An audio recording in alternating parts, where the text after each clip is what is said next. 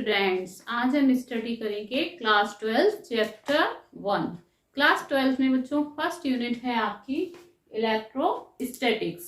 और इलेक्ट्रोस्टैटिक्स में हम सबसे पहले फर्स्ट चैप्टर जो स्टडी करते हैं वो है इलेक्ट्रिक चार्ज एंड फील्ड। ठीक है, तो चैप्टर के नेम से ही क्लियर हो गया होगा। इसमें हम इलेक्ट्रिक चार्ज, इलेक्ट्रिक फील्ड, इसके बारे में स्टडी करेंगे। ठीक है, तो first of all we have to know what is charge. Charge क्या होता है? चार्ज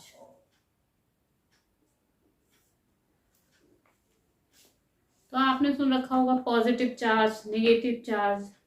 तो चार्ज है क्या? ठीक है, इसके लिए देखिए एक एक्सपेरिमेंट में दिखाती हूँ। ऐसा आपने कभी किया है? नहीं किया है तो करके देखिएगा। इस तरह से देखिए, ये देखिए कागज का टुकड़े इस पर चिपक गए। ऐसा क्यों होता है? मटेरियल को एक दूसरे के ऊपर रब करते हैं तो क्या होता है, उसमें जो है प्रॉपर्टी आ जाती है। कैसी प्रॉपर्टी? जिसकी वजह से वो दूसरी जो वस्तुएं हैं, दूसरे मटेरियल हैं, दूसरे सब्सटेंस हैं, उस पर जो है एक इलेक्ट्रिक फोर्स अप्लाई करने लगता है, इलेक्ट्रिक फोर्स लगाने लगता है। जैसे कि हमने जो है जो स्केल है उसको बालों पे रब किया और उसके कागज के टुकड़ों के पास लाए तो कागज के टुकड़ों पे उसने एक फोर्स अप्लाई किया और वो कागज के टुकड़े उस स्केल में चिपक गए।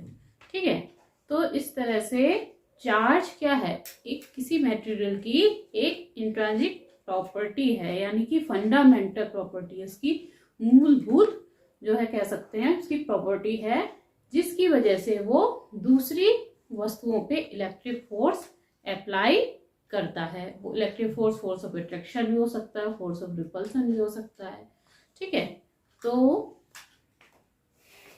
चार्ज जो है इसको हम इस सिंबल से डिनोट करते हैं, Q से।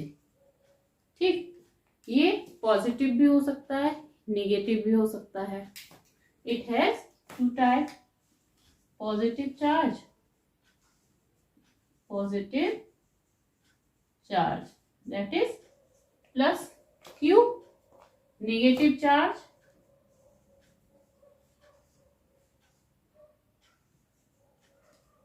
negative charge that is minus Q। अगर हम दो पॉजिटिव चार्ज प्लस Q और दूसरा भी हमने ले लिया प्लस Q, इसको एक दूसरे के पास लाएंगे तो क्या होगा? इनमें फोर्स ऑफ रिपल्सन लगेगा। एक चार्ज इधर भागेगा, दूसरा इधर। अगर सेम दोनों पॉजिटिव लिए हैं, अगर हमने दोनों निगेटिव लिए हुए हैं, दोनों निगेटिव लिए हैं, तो इसमें भी क्या होगा? फोर्स ऑफ रिपल्सन लगेगा। कौन सा फोर्स? Force of repulsion. ठीक है, तो जो है अगर सेम चार्जेस होते हैं तो उनके भी फोर्स ऑफ रिपल्सन लगता है, वो एक दूसरे को रिपेल करते हैं, दूर को भागते हैं। ठीक है, इसी में अगर हम एक प्लस चार्ज लें और दूसरा माइनस चार्ज लें तो क्या उसमें फोर्स ऑफ रिपल्सन लगेगा? नहीं, उसमें फोर्स ऑफ अट्रैक्शन लगेगा। अगर हम एक प्लस Q चार्ज और दूसरा हमने अगर माइनस Q लिया तो इसमें जो है फोर्स ऑफ अट्रैक्शन लगेगा, फोर्स ऑफ अट्रैक्शन। मतलब अगर सेम चार्जेस हैं तो एक दूसरे को रिपेल करेंगे, अपोजिट चार्जेस हैं तो एक दूसरे को अट्रैक्ट करेंगे। तो इस तरह से चार्ज दो टाइप्स का होता है। चार्ज की प्रॉपर्टी होती है, चार्ज की यूनिट क्या होती है, किसमें इसको मेजर करते हैं? चार्ज की यूनिट होती है कूलम। क्या होती है? Coulomb, unit of charge. ठीक है, देखिए rate of flow of charge that is known as electric current. Electric current क्या होती है? Electric current. अब आपको चार्ज पता लग गया तो इससे आप इलेक्ट्रिक करंट की डेफिनेशन निकाल सकते हैं। क्या? The rate of flow of charges is known as electric current. Rate of flow of charges is known as electric current. जो आपके घर में लाइट है, इलेक्ट्रिसिटी है, वो क्या है? Electric current. क्या है उसकी definition? The rate of flow of charge, मतलब चार्ज का एक जगह से फ्लो होके दूसरी जगह पे जाना। चार्ज समझ में आ गया ना? Charge is the fundamental property of the matter या मटेरियल। और उस चार्ज का जो है एक जगह से दूसरी जगह फ्लो करना क्या है? इलेक्ट्रिक करंट है। या यू कैन से 1 सेकेंड में जितना चार्ज एक जगह से दूसरी जगह फ्लो करता है वो इलेक्ट्रिक करंट है। क्या है? 1 सेकेंड में जितना चार्ज फ्लो कर रहा है एक जगह से दूसरी जगह, that is known as electric current.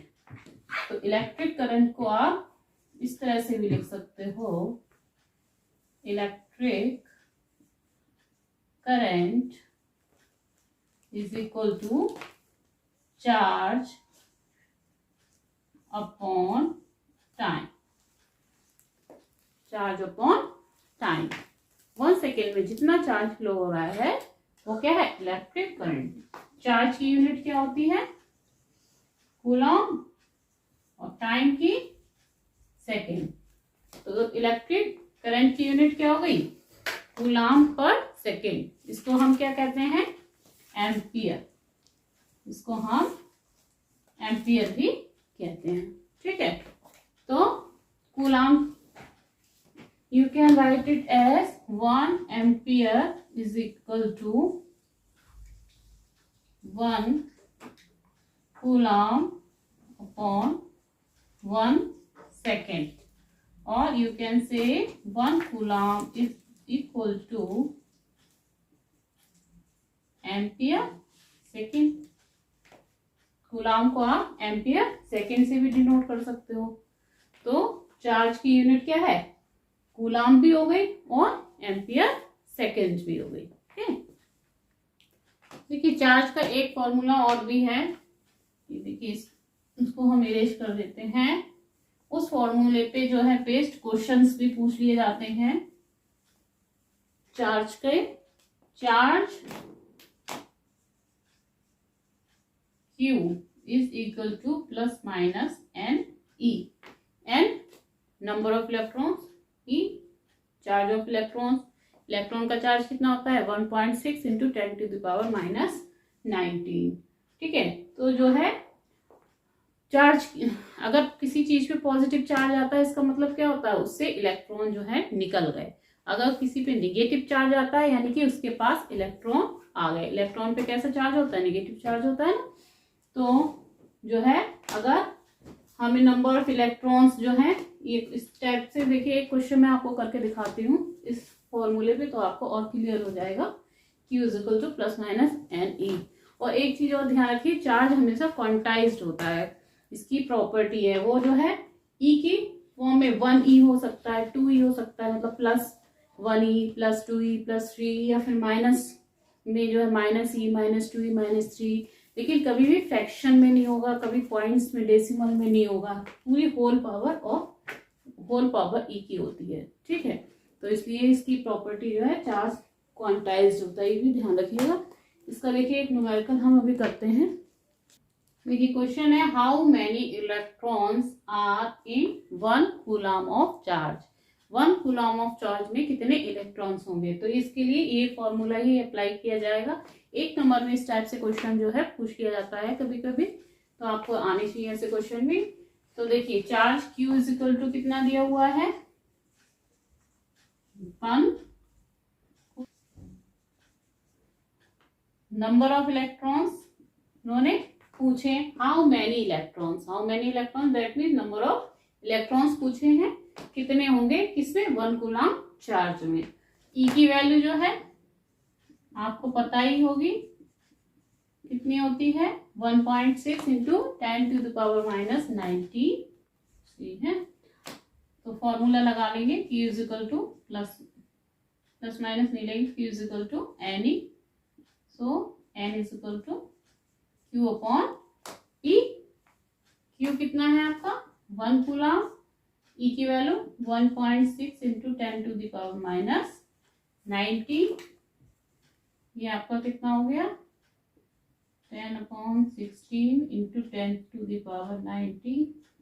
तो ये वैल्यू आपकी आ जाएगी, तो इसका आंसर आ गया 6.25 इंटू 10⁻80। इतने जो है नंबर ऑफ इलेक्ट्रॉन्स जो है 1 कूलम चार्ज में होंगे। ठीक है। सेकेंड क्वेश्चन है calculate the charge carried by this much electrons. इतने इलेक्ट्रॉन्स हैं, इनके द्वारा कितना चार्ज जो है कैरी किया जा रहा है। जब इलेक्ट्रॉन इधर से उधर जा रहे हैं दैट मीन्स चार्ज का ट्रांसफर एक जगह से दूसरी जगह हो रहा है। ओके, तो इसमें जो है हमें निकालना है कितना चार्ज कैरीड हो रहा है। ये आपने कर लिया होगा, स्क्रीनशॉट ले लीजिए, इसको रख कर देते हैं, फिर यही वाला फॉर्मूला इसमें लगेगा। ठीक है, ये देखिए Q is equal to NE। Here given क्या है आपको, नंबर ऑफ इलेक्ट्रॉन्स, N की वैल्यू गिवन है, N is equal to 12.5 into 10⁻18। इतने इलेक्ट्रॉन्स हैं, नंबर ऑफ इलेक्ट्रॉन्स दिए हुए हैं, और E की वैल्यू आपको पता ही होती है 1.6 इंटू 10⁻⁻19 कूलम। ठीक, अब चार्ज पूछा है इन्होंने Q, तो Q is equal to formula आपका लग गया N E। N की वैल्यू कितनी है 12.5 into 10⁻80 and value of E is equal to 1.6 into 10⁻⁹। तो इन दोनों की मल्टीप्लाई कर लीजिए, और ये पावर जो है देखिए 18 है, 19 है, तो ये -1 रह जाएगी, और ये मल्टीप्लाई करके आएगा, ये आपका आएगा 2C। ठीक है, इतना चार्ज कैरी होगा। ओके, तो ये आपको क्लियर हो गए होंगे इस तरह के फॉर्मूले पे कैसे क्वेश्चन आते हैं चार्ज के। ठीक, तो आपको क्लियर हो गया होगा चार्ज क्या होता है, चार्ज के फॉर्मूले जो हैं वो क्या है, उस पे बेस्ड न्यूमेरिकल्स क्या है। ठीक है, एक और इम्पोर्टेंट टॉपिक और इसमें रहता है law of conservation of charge. देख, आपने अगर अभी तक चैनल सब्सक्राइब नहीं किया है, नए हैं, चैनल को सब्सक्राइब जरूर कर लीजिएगा। ठीक है, और जो है ये देखिए law of conservation of charges क्या होता है कि चार्ज को जो है ना ही क्रिएट कर सकते हैं ना ही डिस्ट्रॉय कर सकते हैं, सिर्फ एक फॉर्म से दूसरे फॉर्म में चेंज कर सकते हैं। ठीक है, that is charge conservation of charge. जैसे कि देखिए इसका एग्जांपल एक मैं देती हूँ जिससे आपको और अच्छे से क्लियर होगा। एक इलेक्ट्रॉन है, ठीक है, उस पर नेगेटिव चार्ज होता है, और एक पॉजिट्रॉन, उस पर पॉजिटिव चार्ज होता है, लेकिन दोनों के चार्ज सेम होते हैं 1.6 इंटू 10⁻⁻19 कूलम। ठीक है, लेकिन एक का प्लस है दूसरे का माइनस है, तो जब ये एक दूसरे के संपर्क में आते हैं तो क्या होता है, चार्ज जो है एक दूसरे को ये पूरी तरह से नष्ट नहीं करते, चार्ज तो जीरो हो जाता है कि एक पॉजिटिव है दूसरा निगेटिव है, लेकिन साथ ही एनर्जी को प्रोड्यूस करते हैं। कितना 2 गामा फोटॉन की एनर्जी निकलती है जब इलेक्ट्रॉन और पॉजिट्रॉन की क्रिया होती है, तो फोटॉन का भी चार्ज 0 है। ठीक है, तो इलेक्ट्रॉन और पॉजिट्रॉन जो है उन्होंने मिलकर क्या किया, एक दूसरे को नष्ट नहीं किया, बल्कि जो है एनर्जी में वो चार्ज कहाँ चेंज हो गया, एनर्जी फॉर्म में आ गया फोटॉन्स के रूप में। तो जो है इससे आपको क्लियर हो गया, चार्ज को जो है ना ही क्रिएट कर सकते हैं ना डिस्ट्रॉय कर सकते हैं, एक फॉर्म से दूसरी फॉर्म में चेंज कर सकते हैं, that is known as law of conservation of charges. ठीक है, तो चार्ज से रिलेटेड टॉपिक्स ये हो गए। नेक्स्ट में हम जो है कूलॉम्स लॉ नेक्स्ट वीडियो में स्टडी करेंगे, व्हाट इज कूलॉम्स लॉ।